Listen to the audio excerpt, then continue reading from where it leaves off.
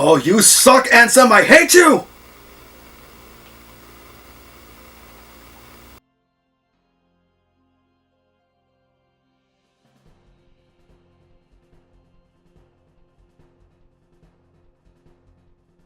Thank goodness he's more tolerable in this version.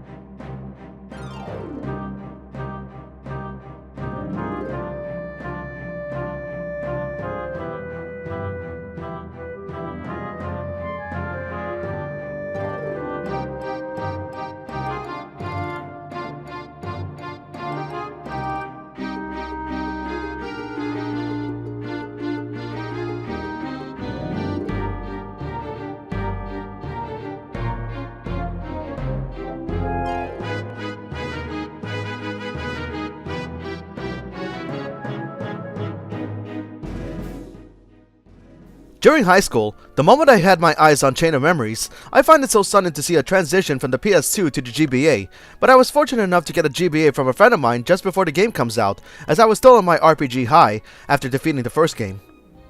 The way I see it, it's me replaying the game but in 2 dimensions, and I'm very impressed with the sprite quality on the handheld, as I would often think of the GBA as a portable SNES, and the effort shows.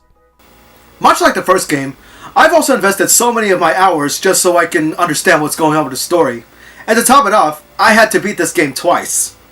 If only because you're not just playing the game through Sora's perspective, because once you defeat the game your first time around, you also get to play the game again through Riku's perspective. What's strange is that in 2007, a year after the release of Kingdom Hearts 2, a 3D remake of Chain of Memories for the PS2 called RE Chain of Memories was released in Japan as a second disc within the Japan-exclusive Kingdom Hearts 2 Final Mix Pack, which I have actually played it before, but not by much given I can't understand Japanese writing for the life of me. It wasn't until 2008 when the Chain of Memories remake was then localized in the US, and everyone can finally get a chance to try it out and be more comfortable playing and viewing the game on a bigger screen. For this review, I'll be taking a look at both versions of Kingdom Hearts Chain of Memories. And if you don't want to be spoiled by the story, then I suggest you click to a certain point in the video and just check out my comparisons instead. I will say that the FMV on the GBA version, while the quality is low, I find it impressive that they can get it to run on a handheld that normally can't handle such a feature. So anyway, let's continue with this marathon.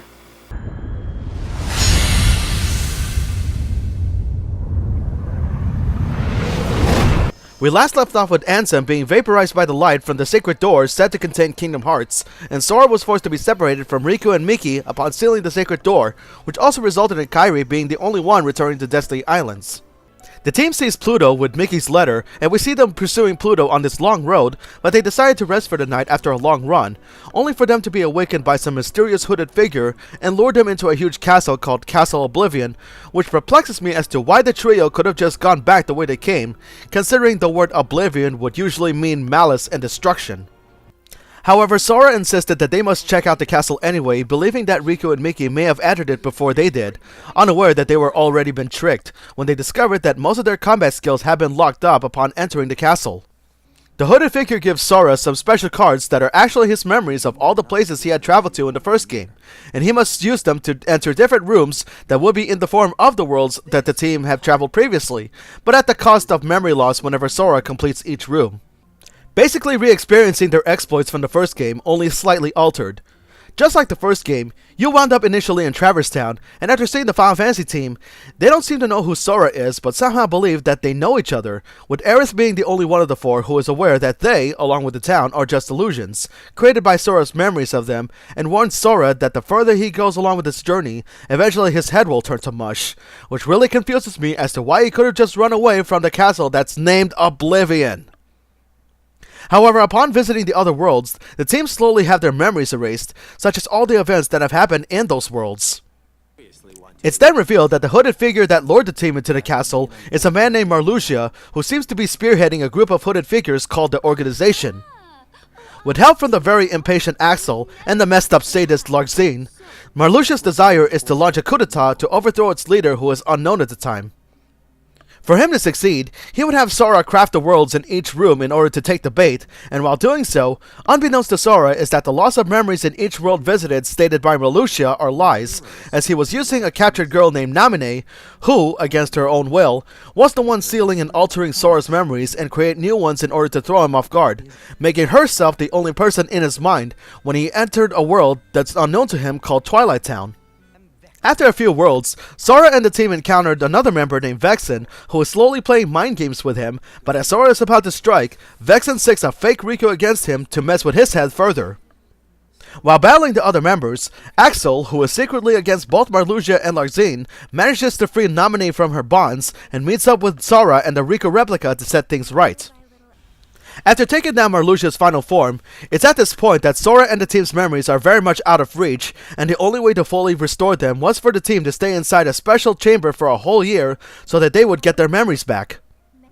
Meanwhile, in Riku's story, he's instead in Castle Oblivion's basement, but his ordeal is more or less his own path to redemption to make up for what he's done, by first entering Hollow Bastion and taking down Maleficent, only to be greeted by the remnant of the Seeker of Darkness himself, Ansem, only now voiced by Richard Epcar, who's very good at voicing villains. Throughout his story, Riku does what he can to not give in to the darkness as Ansem wanted him to, and as he does so, he is then greeted by the astral projection of Mickey, who tells him that despite the darkness in him, there's still some light within him that will shine slowly. After taking down the berserker Lexius, it was also around this time that Marluxia is already defeated, and the illusionist Zexion takes matters to his own hands by morphing into Sora and do battle with him. Eventually, Riku sees through his illusion and connects with his attack, only for him to escape and eventually be eliminated by both Axel and the Riku clone. After reuniting with a now solid Mickey, they travel to Twilight Town only to encounter Ansem, or so they thought. Riku sensed that he's being tested after sensing that the darkness in this Ansem isn't full of vice, and reveals himself to be a man simply named Diz, who is actually the voice that was guiding Riku in his road to redemption. Riku is then seeking for Namine as instructed by Diz, only for the Riku clone to show up for one more duel. Of course, Riku Prime was able to win while the clone disappears. He then meets Namine, only to see Sora in a deep sleep. Instead of having his memories altered, he decides to conquer the darkness within him.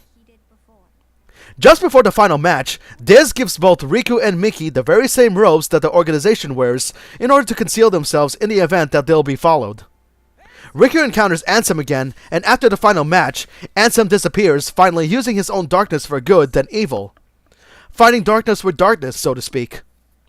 After the credits, a scene revolving around a mysterious boy is shown hanging out with his friends and staring at the horizon atop a clock tower, and then we'll be waiting for the next game. Same Keyblade time, same Keyblade channel. Just like the first game, the worlds you visited, barring Twilight Town, are retellings of retellings, if that makes any sense, only with a new plot that serves as a teaser for the next game. You could say that Chain of Memories is to Metal Gear Solid 5 Ground Zeroes, as Kingdom Hearts 2 is to Metal Gear Solid 5 The Phantom Pain. Basically, the whole story is about holding onto your memories, but the way the narrative is handled is just as flimsy as the Disney worlds themselves in the first game, and with the exception of Axel, Marluxia, Namine, and the Riku clone, the personalities of the other characters that are new to this game are that of 2x4s, with the other organization members only knowing how to kill and almost nothing else. Between the two heroes, Sora's characterization has been downgraded, at least in this game. Granted, I understand that he's being manipulated into going to the castle at the cost of his own memories in order to find Riku and Mickey. Don't misunderstand, Sora is a very interesting and likable character, and while he is an energetic teenager, Square Enix and Nomura, for some dumb reason, decided to make Sora throw common sense out the window. Heck, Sora could have just turned backwards the way they came after the illusion Aerith told Sora not to give in to illusions. If anything, given the looks of the castle, and the fact that it's called Castle Oblivion, Aerith could have quoted Alucard from Castlevania by saying that this castle is a creature of chaos, it can take many incarnations, and the line that Merlucia said from the start of the game could have been a telltale sign to just turn around and run. At least in Riku's case, it's more sensical given that his adventure in the castle has taught him that even himself can be his own worst enemy in conquering his own darkness in his heart. But if you find yourself skipping this game in order to get to Kingdom Hearts 2 immediately, then you won't know the relevance of the organization members, Naminé, Diz, or Riku's road to redemption.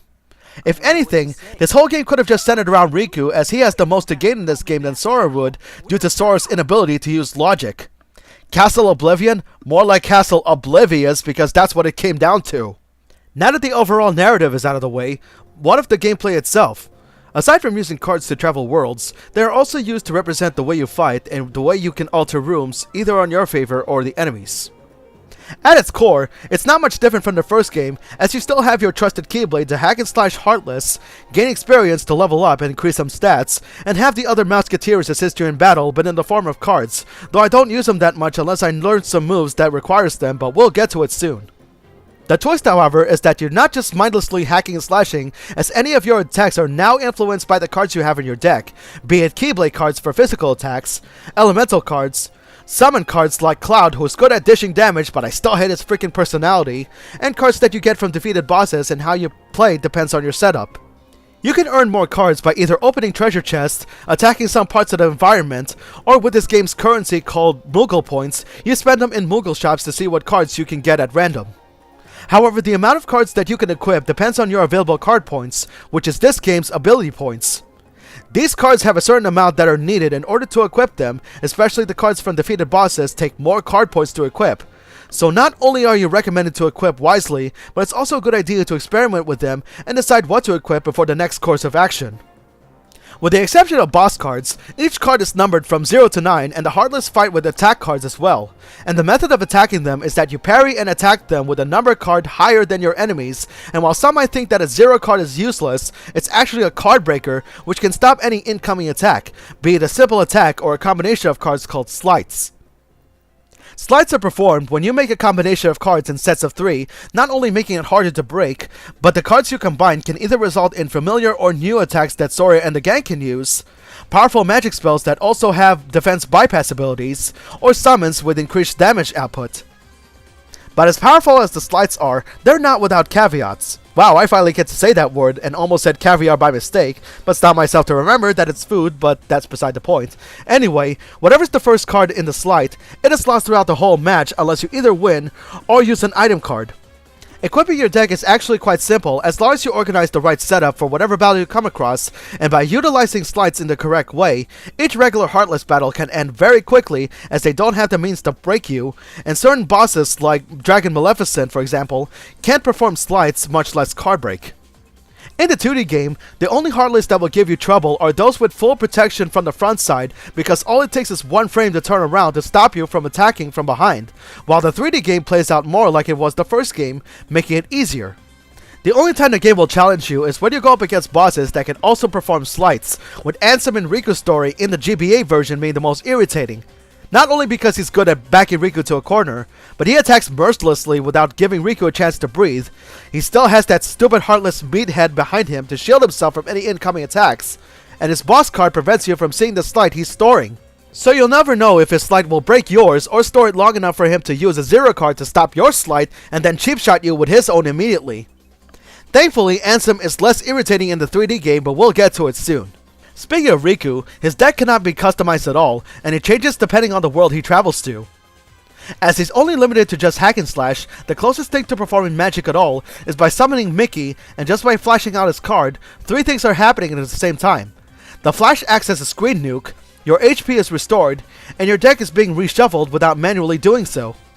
What makes Riku's story easier than Sora's is that despite some limitations, when breaking enough cards and slides, Riku can enter Dark Mode, where he has an increase in power and can unleash powerful slides than in normal form, making any Heartless and most bosses be your punching bags. Riku also has an advantage over Sora in terms of having more than 1 or 2 boss cards with him to use in battle due to the aforementioned limitations, and exclusive to him in the 3D remake is Card Duel, in which you can perform a powerful strike if you break a certain number of your opponent's cards within a time limit, and get used to doing that a lot, especially against Ansem. As good as the fight mechanics are and how the card battle system is easy to learn, it doesn't take long for you to realize how monotonous the game is. Not just the battles, but the worlds themselves, as they are mostly barren. Each world will have rooms that are sealed off by a door, and you have to use a map card with either a corresponding number or above to advance. But keep in mind that the room you generate also depends on the card you use, whether it be a room full of Heartless, or a safe room that gives treasure for more cards, or a Moogle shop which you can shop or sell cards to your leisure. The monotony comes not only from constantly fighting Heartless as your only means of getting a map card, but the worlds themselves are just empty spaces, with the only means of interaction is either whacking some parts of the environment for cards or HP pickups, whacking a wandering Heartless for a preemptive strike, or doing minigames in the 100-acre wood, though in the 2D game, you're just guiding Pooh from point A to B, while in the 3D game, you have multiple minigames in which some are for amusement, while others are mandatory to proceed with the game. I think it's obvious that the 3D game has the edge due to fight mechanics being more refined with extra moves that are more useful, and you have more room to move around in a match. Regardless of how easy the battle system is, it doesn't change the fact that the game itself is very repetitive. Other than what I said, there's little to no interaction as the worlds themselves are lifeless and boring because you're doing the same process of generating rooms to progress further, the grind and battles are engaging but loses its charm so quickly, and the story could have just centered around Riku instead of having Sora involved. So for my final score, the GBA gets a 7 while the 3D game gets an 8. It was engaging for me at first, but after playing both of them again, let's just say that after replaying these games, I won't be touching them again anytime soon, unless I plan on streaming it someday. But don't misunderstand, the game is not that bad and it's easy to learn, but if you want to know only its story, even though it's a real mess, just watch somebody's playthrough instead. Oh boy, we're just only 3 games in and we're not even halfway through this marathon. So up next at the Chronicles, we're going to be looking at the long-awaited sequel, Kingdom Hearts 2. Hopefully I can get the review of Kingdom Hearts 2 done before this coming weekend.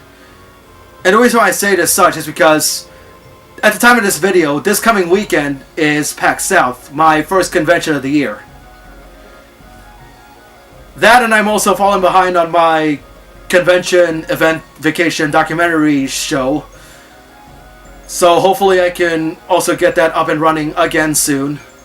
I can only hope that I can finish my review of Kingdom Hearts 2 so I can upload it during Saturday of the convention, but if not, I'll schedule it days later. Guess we'll just have to wait and see. Anyway, I hope you liked this video, and if you haven't done so already, feel free to subscribe to my channel, feel free to check out my Facebook fan page, and don't forget to follow me on Twitter as well. So until then, this has been Musashi X, and I bid you all farewell, take care, and stay tuned everybody!